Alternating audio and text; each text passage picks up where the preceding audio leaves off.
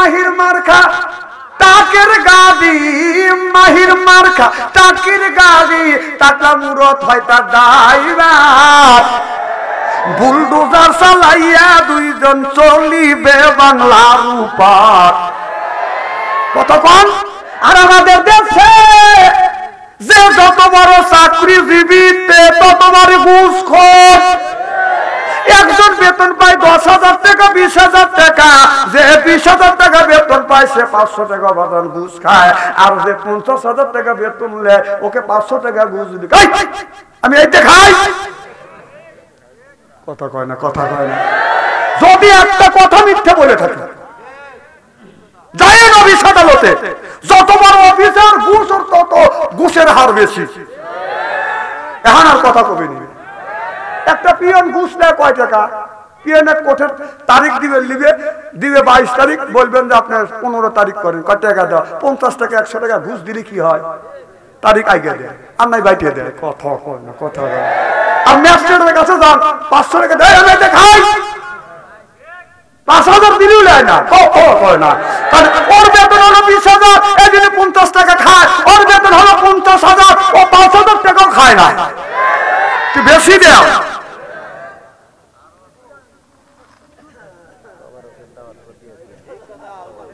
বাচ্চান্তরি জালসায় তাবারকের দাওয়াত দেওয়া লাগে না।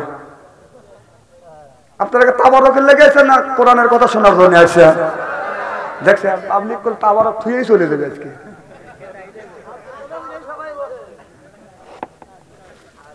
খুব খারাপ লাগতেছে নাকি আমার ভাইরা? আমার দেখবেন যে আপনার বেতন কম তার ঘুষও কম, যার বেতন বেশি তার ঘুষও, যার যে যত ছোট অফিসার তার ঘুষ কম, আর বড় অফিসারের ঘুষ বেশি। বড়ই হলে বেশি হয়, ছোট হলে ঘুষ কম খায়, বড় অফিসার হলে বেশি খায়, মোটা অঙ্কে খায়। কথা কোনো কথা। আমার এলাকায় একজনের ছেলে পুলিশে চাকরি করে। কিসের চাকরি? আর একজনের ছেলে মাস্টারি চাকরি করে, আর একজনের ছেলে হুজুর, হাফেজ। এইরকম হাফেজ, এই যে 5,000 টাকা বেতন দেন। আপনার মসজিদে হুজুরে কয় হাজার টাকা বেতন দেন মাসে? 5,000 টাকা। এর বাবা যা চা খাইতেছে, পুলিশের বাবা খাচ্ছে, আপনার প্রাইমারি স্কুলের টিচারের বাবা খাচ্ছে। তা পুলিশের বাবা সিগারেট খাইতেছে, চা খাইতেছে, আর পান চেক রাইতেছে। এ তোর 40 টাকা করে রে। তো হুজুরের বাপ বলতেছে আলেম বানাছিলাম, 5,000 টাকা বেতন পায় আমার ছেলে, ওইটা দিলি যা দেয় এটার মধ্যে আল্লাহ বরকত দেয়। আর মাস্টার বাবা করতেছে পান খা করতেছে। মাস্টারের বাপ। কিসের বাপ? মাস্টারের বাপ। তুই কিভাবে চলিস? কয় ছেলেকে শিক্ষার দিকে করাইছিলাম, টিচারি করে প্রাইমারি স্কুলে 30,000 টাকা বেতন পায়, ওটি দিয়ে সংসার চলে। উপরে তো কিছু নাই। তাই এই বছর আমার ছেলে আমাকে হজ করা নিয়েছে 7 লক্ষ টাকা দিয়ে। 7 লক্ষ টাকা দিয়ে হজ করা নিয়েছে। তারপরে 1 বিঘা জমিও কিনছি। আমার ছেলে বলতেছে আর 1 বিঘা দেখো। কথা কয় না। তাহলে তোর ছেলের বেতন কত? 30,000 টাকা। 30,000 টাকা হলে তাহলে মাসে যদি 30,000 টাকা হয়, 12 মাসে কত টাকা হয়? কয় লাখ হয়?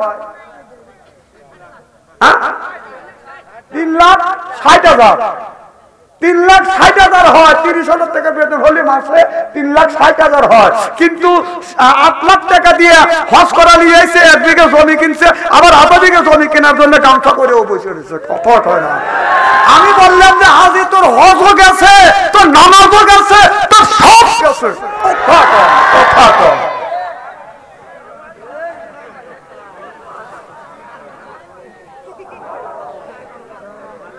ওখান থেকে ছাড়িয়েছো, এখন সুখে চলতেছে, কিন্তু কি আমাদের ময়দানে আল্লাহ কিন্তু বের করবে। এনে চাকরিজীবী লোক বড় অফিসার নাই দেহে ওয়াজ করে জুত পাচ্ছি, মানে সাইটে উঠতো জানি ঘুষ খাই বা গু খাইতো, তোর কি? তুই ওয়াজ করা কর। তাই তো আমার ওয়াজ করার কথা ওয়াজ করি। কে সুদ খেলো ঘুষ খেলো ওটা আমার বলার দরকার কি? তবে আমি বলতাম না, আল্লাহ যদি কোরআনের মধ্যে সুদ খাওয়া নিষেধ করতো, ঘুষ খাওয়া যদি নিষেধ না করতো আমি বলতাম না, আল্লাহ বলছে সেই জন্য আমি বলতেছি, আমার উপরে রাগে লাভ নাই। কে ও আল্লাহ বলছে যে সুদ খাও না, ঘুষ খাও না, সেই কথা আল্লাহ দোষ হয় না, বাদশা আনসারী বলি দোষ হয়। ও আমার লরম পা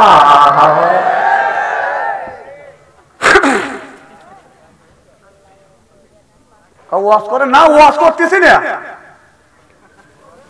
আওয়াজ করতেছি। আমার ভাইয়েরা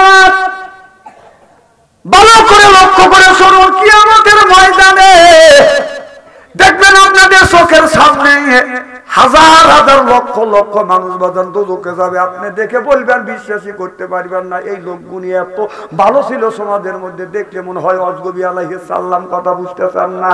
দাড়ি দেখতেছি ইব্রাহিমের বাইরা, আর চেহারা দেখলে মনে হয় চৌদ্দ আসমান থেকে জমজমার পানি দিয়ে গোসল করে আসছে। আর জুব্বা দেখলে মনে হয় আজরাইলের খালু, শয়তানের বেলা আলু। ওর কাজকর্ম দেখলে ইবলিস লজ্জা পায়।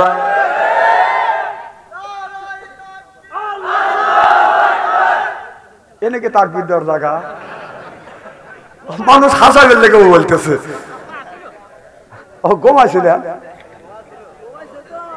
ওয়াজ যদি খারাপ লাগে ওয়াজ ছাড়িয়ে দে, ছাড়িয়ে দিয়ে তেল ঢেলে ওয়াজ করি, যার মধ্যে কিচ্ছু নাই।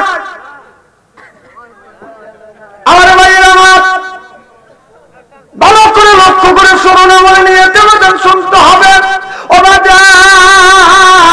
তাহলে এই সমস্ত কাজ বাদান ছেড়ে দিতে হবে। মিথ্যে কথা বলা যাবে না, এরপরে সুদ খাওয়া যাবে না, ঘুষ খাওয়া যাবে না। আপনি নামাজ পড়বেন, এই নামাজটা আল্লাহর দরবারে বাদান কবুল হবে। নইলে কিয়ামতের ময়দানে দেখবেন কত মানুষ নামাজ পড়ছে, রোজা রাখছে, হজ করছে, যাকাত দেওয়ার পরেও আপনার চোখের সামনে কত মানুষকে আল্লাহর ফেরেশতারা হাতে পায়ে রশি লাগাইয়া গুঁতো মারতে মারতে জাহান্নামের দিকে বাদান নিয়ে যাবে।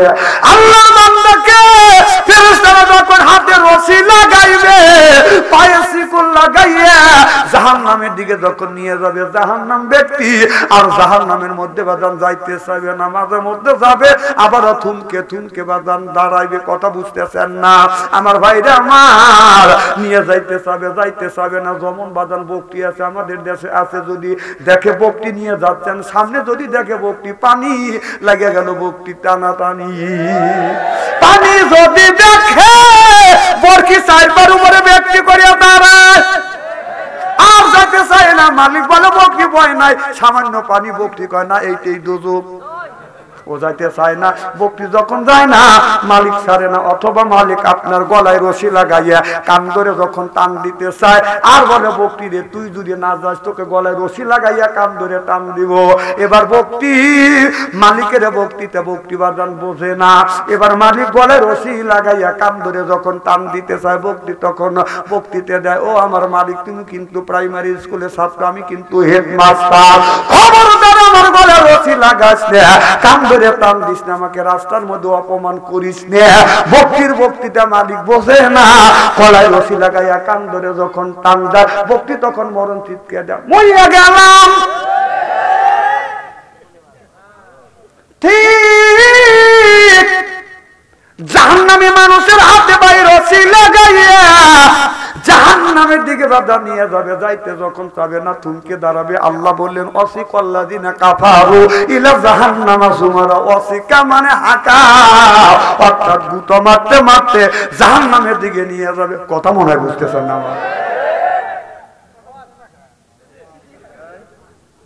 না না, ডিজিটাল দেশের লোক যে না, কিভাবে বুঝবে? এখনকার ছেলেরা বাংলা গান বাজায় না, হিন্দি গান বাজায়, যা বোঝাও যায় না, শোনা যায় না। আজকে উসকে লাগে কুচি কুচি, ছাল বাল খালি মাথা ঝাঁকায় এরকম করে। ওর বাপ বোঝে না বাংলা ও হিন্দি বাজায়।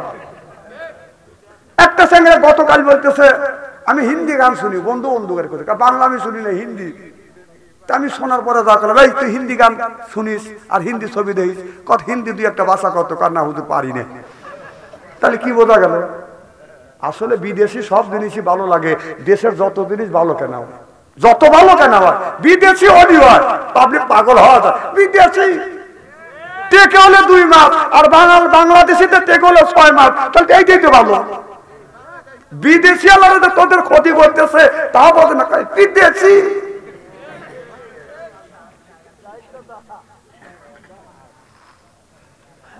আমার ভাইরা ভালো করে লক্ষ্য করে শুনুন। আপনার কি গ্রাম? চক আনার ডুমুর। চক আনার ডুমুর গ্রামের একটা ছেলে একজন লোকের 7টা মেয়ে বিয়ে দিছে। 7টা মেয়েকে পৌষ মাসে শীতের দিনে আনছে বাদাম দুধ পিঠে খাওয়ানোর জন্য। রস পিঠে, দুধের পিঠে, মুখ চুরকাইতেছে রে।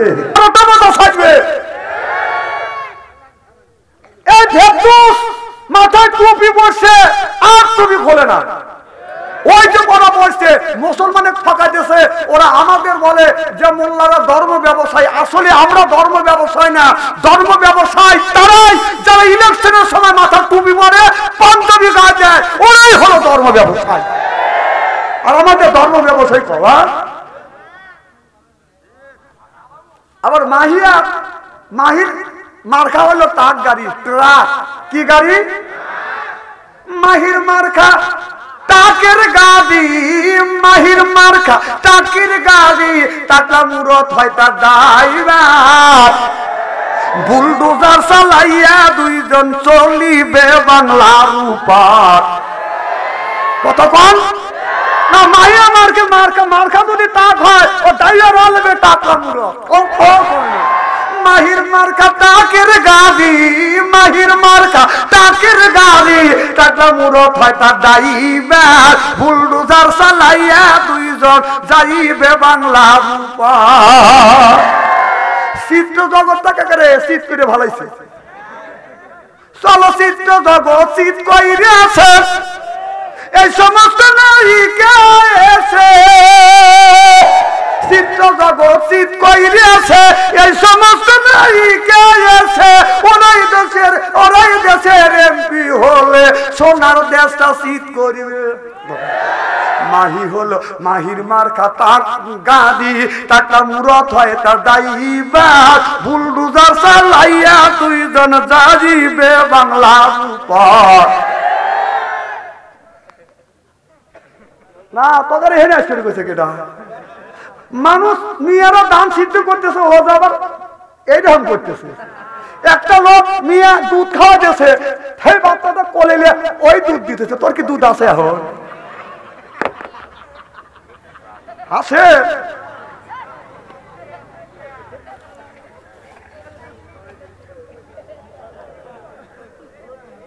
আচ্ছা আমি কি খারাপ কিছু করতেছি নাকি? না না, সে রাজনীতি বলছে সেই রাজনীতি করুক। আর তুমি যা করতেছ তোবা করে এখনো ভালো হও। বহু মানুষের ইমান নষ্ট করছে। আমার ভাইয়েরা ওই দিকে যেতে চাই না। আল্লাহ বললেন বান্দা নামাজ যদি পড়ো, মাহিয়া যদি 5 ওয়াক্ত নামাজ পড়তো, অন্যায় কাজ বাজান করতো না। ফেরদু যদি নামাজ পড়তো, অন্যায় কাজ করতো না। এখন বাজান আপনার ব্যাস ধরছে, কি ধরছে? কলে বলে এই ভেদ্য যদি না হয় এই দেশে আপনার ওয়াজ করা বন্ধ করে দিবে। ওর ছেলে মেয়েকে কোনোদিন হাফেজ বানাবে না, মাওলানা বানাবে না। একটা কথা এই যে আপনার বউ বোর চাইতেছে, একটা বারো বলে না নামাজ পড়ো। আল্লাহ এদেরকে হেফাজত হেদায়েত করো, কোন আমিন। লা ইলাহা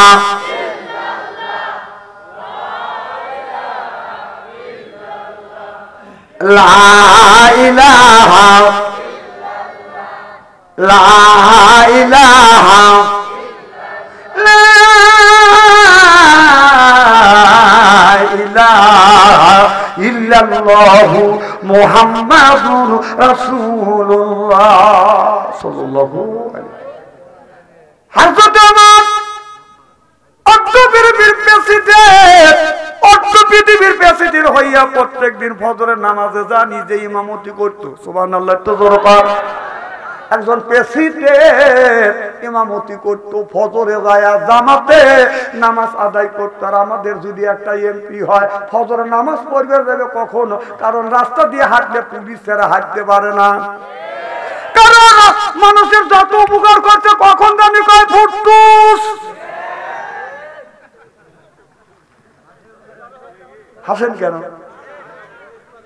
কারণ যখন ক্ষমতা যায় তখন তার পিছনে আপনার প্রশাসন না থাকলে সে একা একা হাঁটতে পারে না। কথা কয় না? তাহলে ছোট্ট একটা দেশের ছোট্ট একটা যদি এমপি হয়, তারই যদি এই পাওয়ার হয়, তাহলে অর্ধ পৃথিবীর প্রেসিডেন্ট হযরত ওমর, তাহলে তার পিছনে কতটি পুলিশ বাহিনী থাকা উচিত? তার কাছে কেউ থাকতো না, একা একা রাস্তা দিয়ে যেত। সুবহানাল্লাহ। আমার ফজরের নামাজ পড়িয়া মসজিদ থেকে বের হইয়া বাড়িতে যাই নাই, গ্রামের মধ্যে বাজান ঢুকছে। গ্রামবাসীদের বলতো, গ্রামবাসীরা তোমরা কেমন আছো? গ্রামবাসীরা বলে, হুজুর আপনার রাস্তা শাসনে রাতের বেলায় ঘরে দরজা দিয়ে নাই, ঘরের দরজা না দিয়ে ঘুমাইতে পারতাম। সুবহানাল্লাহ।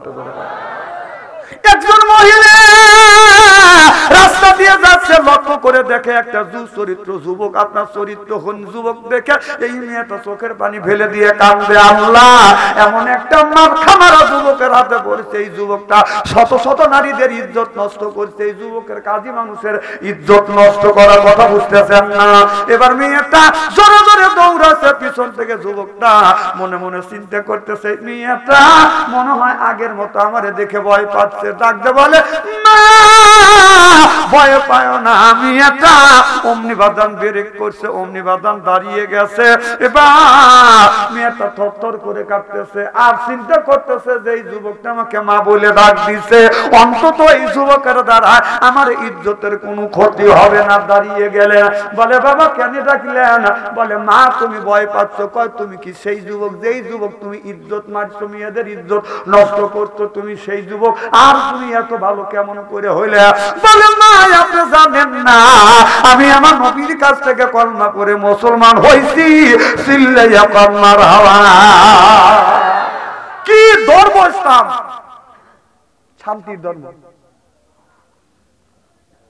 হযরতে ওমর ফজরের নামাজ পড়িয়া গ্রামে গ্রামে যাইয়া মানুষকে বলতো, তোমাদের কোনো অসুবিধা হয়েছে কিনা? রাতের বেলা কেউ তোমাদের ডিস্টার্ব করছে কিনা? চোর আসছে কিনা? কথা বুঝতেছেন না? আপনারা শুনেছেন, আপনার ওমরের অনেক ঘটনা গুণীবাদন শুনেছেন। হযরত ওমর এই ধরনের বাদন প্রেসিডেন্ট ছিলেন। আমি একটা কথা বলি, বলবো কি? ইদানিং আমার একটা বদলাম হয়ে গেছে। যারা আমার মাহফিলে আসে যারা জমে, তারা কিন্তু বেশি দিন বাঁচে না। জমে না, যাই করেন হিসেব নিকেশ করে জমে। বাদশা সুলতান মাহমুদ ওই জমানার মধ্যে, ওই রাষ্ট্রের মধ্যে বাদান অনেক চোর, বাদান চোরের আমদানি হয়েছে, খালি চুরি করে ডাকাতি করে। প্রশাসন আছে বাদান, ওই চোরকে বাদান ডাকাতকে বাদান ধরতে পারে না। বাদশা সুলতান মাহমুদের কাছে এসে বলতেছে, বাদশা সুলতান মাহমুদ আপনার এই দেশে আমরা বসবাস করি, আপনার পুলিশ বাহিনী র্যাব বাহিনী চোরকে নিয়ন্ত্রণ করতে পারে না। প্রত্যেক দিন শত শত বাড়িতে ডাকাতি হয়, চুরি হয়, এই চোরকে কেউ ধরতে পারে না। বাদশা জুলকারনাইন, ও বাদশা সুলতান মামুন, আমরা এখন কি করব? বাদশা সুলতান মামুন বাদান পুলিশদেরকে বলে, র্যাব বাহিনীদেরকে বলে, চোর আমরা কেন ধরতে পারি না? এটা হলো আমাদের ব্যর্থতা। বাদশা সুলতান মামুন গভীর রাত্রিতে আপনার কি করলেন? এশার নামাজ পড়িয়া বাড়িতে যাইয়া বিবিকে বলে, বিবি খাবার দাও। খাবার খাইয়ে বলে, বিবি দরজা দাও, আমি কিন্তু আজকে বাড়িতে আসবো না। কোথায় যাইবে? আমি হলাম জনগণের প্রতিনিধি, আমি জনগণের খেদমত করতে যাচ্ছি। মারহাবা কর।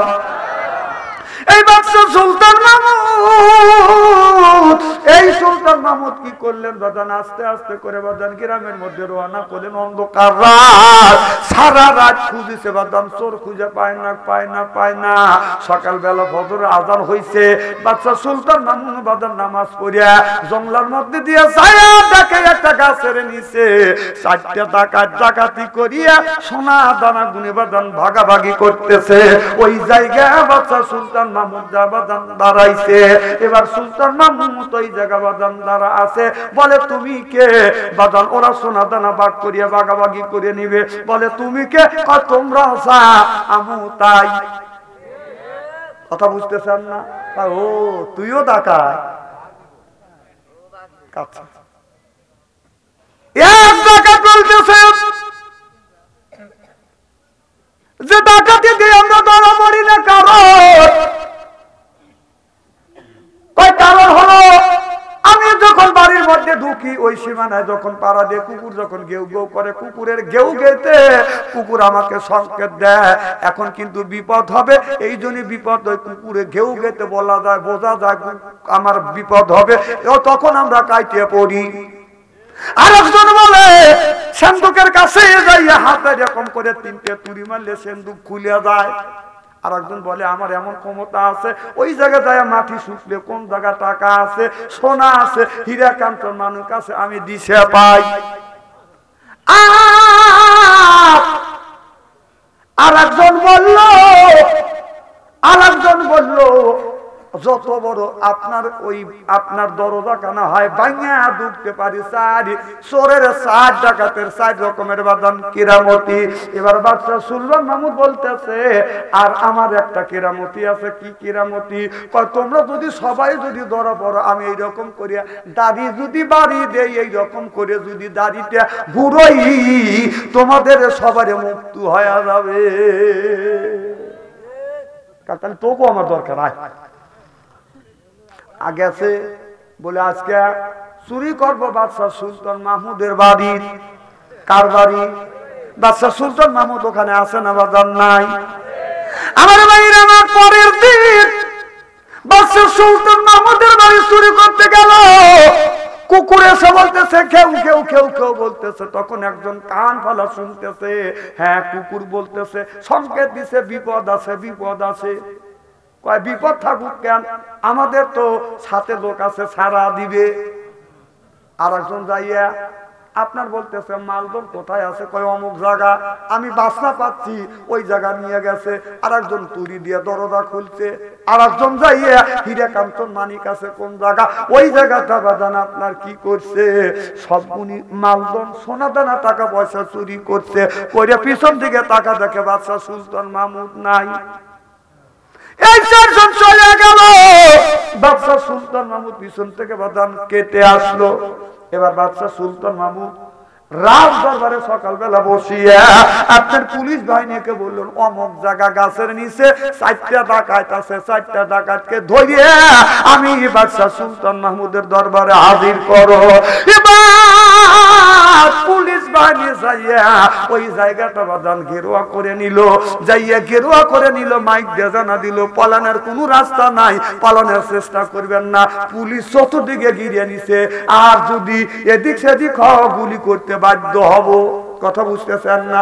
এবার উপায় নাই, 4 ডাকাতকে ধরে নিয়ে আসলো। একজন 4 জনকে পিটমোড়া করে বাঁধে একসাথে নিয়ে আসতে। একজন বলতেছে তোকে আমি আগেই বলছি, কুকুর বলতেছে এখানে আপনার বিপদ আছে। কথা বুঝতেছেন না? মানুষ বেঈমানি করে, কুকুর কিন্তু বাদান বেঈমানি করে না। কুকুর কি বেঈমানি করে? আপনি খাবার খাইতে বলছেন, মানুষ নেমো খারামি করে কিন্তু কুত্তা নেমো খারামি করে না। এই মানুষ যখন খাবার খাইতে বসে, কুকুর কি করে 2 পা সামনে এরকম করে দেয়, আর পাশা 2 পা এরকম করে কাট করে দেয়। কথা কয় না রে? আপনি যখন খাবার খান আপনার দিকে তাকা থাকে, মালিক রে দে গরুর হাড্ডিটা দে, তুই খাস না তোর দাঁত ভেঙে যাবে। মালিক ছাড়ে না। আপনার 750 টাকা কেজি গরুর গোস্ত দিবে, গোস্ত দিছে হাড্ডি দেওয়া বাদ দেয়, এরকম করে কামড় দেয়। মালিক কত দাঁত ভাঙবে, কুকুর কয় দাঁত ভাঙবে, মালিক ছাড়ে না। 750 টাকা কেজি, অত সহজে কি হাড্ডি ছেড়ে দিবে নাকি? এইরকম কাজ করে কুড়িয়া বাজান বাজান যা ওর শাল বাকল আসিল ছিলে ছিলে, যখন দেখতেছে দাঁতে কুল হয় না, কুকুরে খাগা প্লেটও দেয় না। কথা বুঝতেছেন না? পাত্রেও দেয় না, কুকুর খায়। আর তাই মালিক চিন্তা করো না, তুমি আমাকে খাবার দিচ্ছ, তুমি তোমার মালিকের সাথে নেমো খারামি করতে পারো, আমি কিন্তু করব না। এবার কুকুর কি করে, মালিক বাদান সিরাজগঞ্জ শহরে বাদান চলে গেছে, মালিক তো বাদ নাই, সারা রাত কুকুর এদিক ওদিক দিয়ে বাদান পাহারা দেয়। আর একটা যদি কোনো মানুষ আছে, ও দমক দেয়, কে তুমি, কে তুমি, দমকায় কিনে। আমার ভাই আমার একটা লোক ঢুকতে পারে না রাত 12টার সময়, মালিক সিরাজগঞ্জ শহর থেকে বাদান আপনার বাড়িতে আসতেছে, শীতের দিন চাদর পেঁচাইছে, মাবলা পেটাইছে, মাছ লাগাইছে, মুখ ডাকে বাদান আসতেছে। এরপরে বাদান অন্ধকার রাত, এদিকে হলো ঘন কুয়াশা, কিছুই বাদান দেখা যায় না। কুকুর চিন্তা করতেছে কে আসছে, আমার তো মালিক বাড়িতে নাই, রাত্রের বেলা তো দিশাও তো পাচ্ছি না, কে আসছে, চোর না ডাকাত না মালিক। কুকুর তখন একটা ধমক দেয়, বুঝা কে তুমি? তখন কুকুর কয় আমার খাস, আমার পরিশ্রম, আমার কাজ ভোগ। কুকুর চিন্তা করতে কে রে না আমার মালিক। মালিকের কণ্ঠস্বর পায়া, দিশা পায়া কুকুর কি করে, ধমক দিছে, ভুল হয়ে গেছে। ও করে কি, দৌড়া যায়, পায়ের নিচে মাথা নিয়ে এইরকম করে নেজ লড়ায়, আই এম সরি। কথা কয় না, কথা কয় না। কুকুর বুঝা মালিক, অন্ধকার রাত, ঘন কুয়াশা, এরপরে চাদর দিয়া, মাফলার দিয়া, মাছ দিয়া তোমার মুখটা ঢাকা, আমি তোমাকে চিনতে পারি নাই রে মালিক, বক করে আমি তোমাকে ধমক দিছি, আমার ভুল হয়ে গেছে, আমাকে মাফ করিয়ে দে। কুকুর ভুল করবার পরে মালিকের কাছে ক্ষমা চায়। আমরা নামাজ পড়ি না, রোজা রাখি না, হজ করি না, এরপরে মিথ্যা কথা বলি, সুদ খাই, আল্লাহর কাছে কোনোদিন তওবা করি না। চিল্লাইয়া কোন ঠিক কিনা? আল্লাহ বললেন লাকাদ কানা লাকুম ফি রাসূলিল্লাহি উসওয়াতুন হাসানা। আমার নবী হলো আমাদের ইবাদতের মডেল। সুবহানাল্লাহ বললেন না? আমাদের নবী বলেছে এইভাবে নামাজ পড়ো, এইভাবে মানুষের সাথে সুন্দর ব্যবহার করো। চিল্লাইয়া কোন মারহাবা। কতক্ষণ পর্যন্ত চলবে ওয়াজ? রাত 12টা হয়ে গেছে। জোরে কোন মারহাবা। দেখছেন, এই ওয়াজ করতে করতে দীর্ঘ সময় চলে গেছে। আপনার আসান তো আখিরে মোনাজাত পর্যন্ত। আচ্ছা, আখিরে মোনাজাত করে যাবেন কারা কারা, এটা হাত তুলে দেখান তো দেখি। নারায়ণ আল কোরআনের আলো, আল হাদিসের আলো, নারায়ণ। আমার ভাইরা, ওয়াজ কি খুব খারাপ লাগতেছে নাকি? চলবে তো? এই কথাগুলি বলতেছে আমাদের বাঁচানোর লাগে।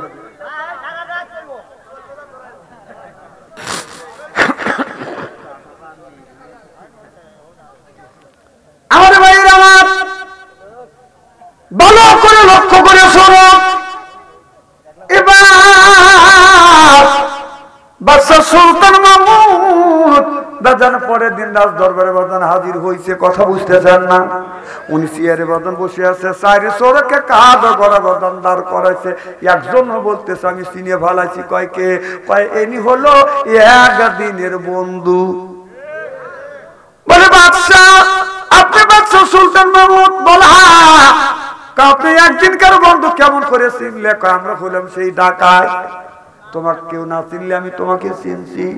আর তুমি ওয়াদা দিয়েছো আমরা যদি বন্দী হই, দাড়ি লাগাইলে আমরা মুক্ত হয়ে যাবো। আপনি এইটা রাখেন, আপনি আমারে মুক্ত করেন। বাদশা জুলকার, বাদশা সুলতান মাহমুদ তখন দাড়ি লাগালেন আর বললেন সব মানুষের হাতের শেকল খুলিয়ে দাও। মুক্ত দিয়ে দিলেন। ওই 4টা ডাকাত, 4টা চোর বললো তওবা করলেন, হুজুর আজীবনে কোনোদিন চুরি করবো না। চিল্লাইয়া বলুন মারহাবা। হযরত ওমরের কথা বলতেছিলাম, মনে আছে? মারহাবা তো করে কর। ওমর নামাজে দাঁড়াইছে, নামাজ পড়া শেষ হয়ে গেছে। একজন বলল হুজুর জলস্বর আসতেছে। কি জলস্বর? হযরত ওমর দৌড়া নদীর কিনারে গেছে। বাদাম জলস্বর আমাদের দেশে আছে কিনা? চট্টগ্রামে জলস্বর এসে অনেক মানুষ মারা যায়। এরপরে আমেরিকান এসে বাদান জলস্বর এসে বাদান মানুষ গুনে মারা যায়। কিন্তু আপনার এই যে আমেরিকানের এত শক্তি তারা অর্জন করেছে, কোন দেশ যদি কিছু করে তার পাল্টা জবাব দেয়। যদি তার কথা না শুনে তাকে বাদান আপনার তার উপরে বাদান আক্রমণ করে, ধুলিসাৎ করে ফেলে। কিন্তু জলস্বর যখন আছে, ওই আমেরিকান জলস্বর ঠেকানোর মতো কোন শক্তি, ভূমিকম্প ঠেকানোর মতো কোন শক্তি আমেরিকানের এখনো হয় নাই। চিল্লাইয়া কোন ঠিক কিনা? লোকজনের সরায় গন্তব্যস্থানে নিয়ে যায়। নামাজ শেষ করতে বলতে হুজুর জলসার আসতেছে, আপনার 10 হাত উঁচু হইয়া হযরত ওমর আপনার জলসারের দিকে আগা যা বল, জলসার আমি আল্লাহর বান্দা, আল্লাহর গোলাম, নবীর সাহাবী। ওমর বলতে জলসার তুমি থামিয়া যাও, অমনি জলসার বাদান ব্রেক করলেন। সুবহানাল্লাহ বললেন না?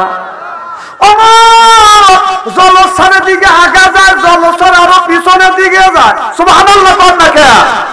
পাহাড়ের কাছে যাওয়ার পরে ওমর বলল জলসার আমি আল্লাহর গোলাম, নবীর সাহাবী হযরত ওমর, আমি আল্লাহর গোলাম বলতেছি জলসার এই পাহাড়ের পদদেশ দিয়ে চলে যা, আর জীবনেও যেন তুমি এই মক্কা মদিনায় আইসো না। ওই যে জলসার মক্কা মদিনার থেকে বাদান বিদায় হয়ে গেছে, আজ পর্যন্ত জলসা আজ পর্যন্ত মক্কা মদিনায় প্রবেশ করে নাই, কিয়ামতের আগ পর্যন্ত প্রবেশ করবে না। চিল্লে কম সুবহানাল্লাহ। আল্লাহ বললেন বান্দারে তোমরা যদি আমার হয়ে যাও, আমি আল্লাহ তোমার হয়ে যাব। সুবহানাল্লাহ বললেন না? আল্লাহ বললেন বান্দা যদি আমার হয়, পৃথিবীর সবকিছুকে আল্লাহ মানুষের গোলাম বানিয়ে দিবে।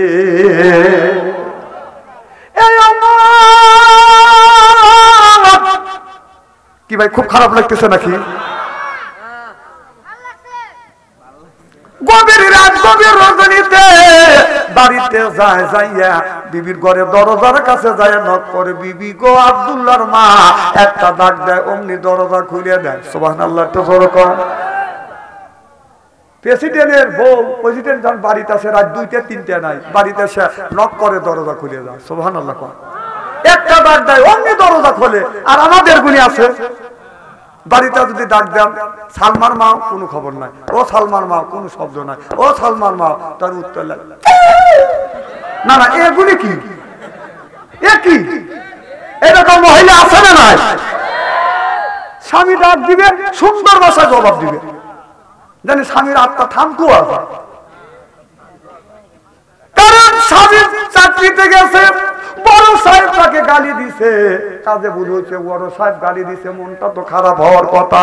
আপনার স্বামী 12 ঘন্টা ডিউটি দিয়ে 8 ঘন্টা ডিউটি দিয়ে বাড়িতে আসতেছে, সাহেব আপনার স্বামীর সাথে কি ব্যবহার করছে সাহেব জানে, আপনি তো জানেন না। বাড়ি যখন আসবে দৌড়া স্বামীর পাশে দাঁড়াইবেন, সালাম দিবেন, হাত পাড়ে ধরিবেন, মুখের দিকে তাকাইয়া মিষ্টি হাসি দিবেন। সাহেব গালি দিছে, দুঃখ গুণে স্বামী ভুলে যাবে।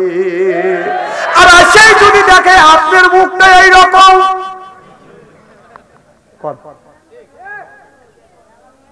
আল্লাহ নবী বললেন ও নারী রে,